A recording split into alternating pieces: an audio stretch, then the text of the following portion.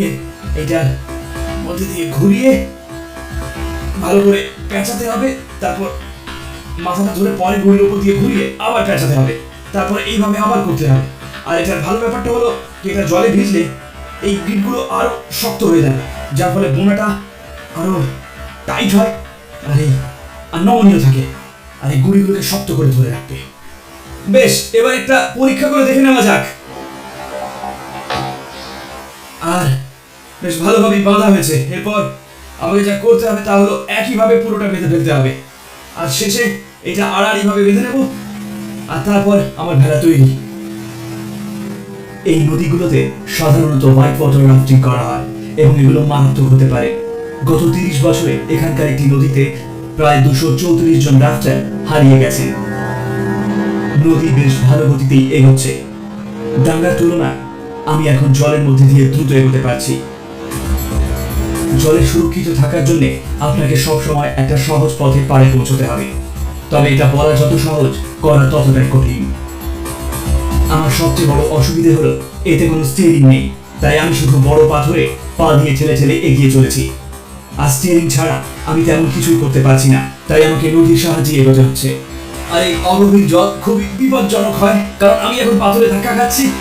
আমার হাঁটুর অবস্থা খুব খারাপ এখন। আমাকে যেভাবেই হোক গভীর জল খুঁজতে হবে, যেটা এখান থেকে একটু দূরেই মনে হচ্ছে। গত আধ ঘন্টায় আমি প্রায় 3 কিলোমিটার ভেসে চলে এসেছি, কিন্তু আমি এখন সমস্যায় পড়েছি। সূর্য প্রায় ডুবে গেছে, আর জলটাও এখন ক্রমশ ধীরে ধীরে ঠান্ডা হচ্ছে, মানে যত গভীরে যাচ্ছে। আর জলে আমার প্রথম 20 মিনিট বেশ মজাই লাগছিল, কারণ জলটা গরম ছিল,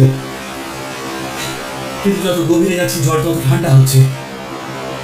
যতক্ষণে নদীর জলপ্রপাত আমার চোখে পড়বে ততক্ষণ অব্দি স্রোতের থেকে বাঁচার কোনো উপায় নেই। আমি ক্রমশ নদীর স্রোত ধরে এগোচ্ছি। নদীর গতিবেগ যেন আস্তে আস্তে বেড়েই চলেছে, আর আশা করি আমার ভেড়াটা যেন টিকে থাকতে পারে।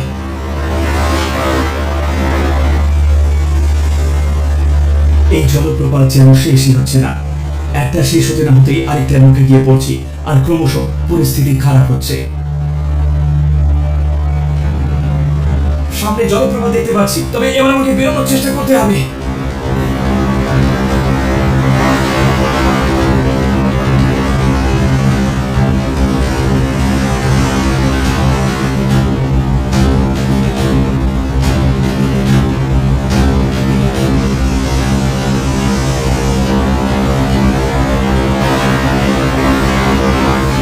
আমি জানি না এই ভেড়াটা কতক্ষণ ধরে রাখতে পারবো।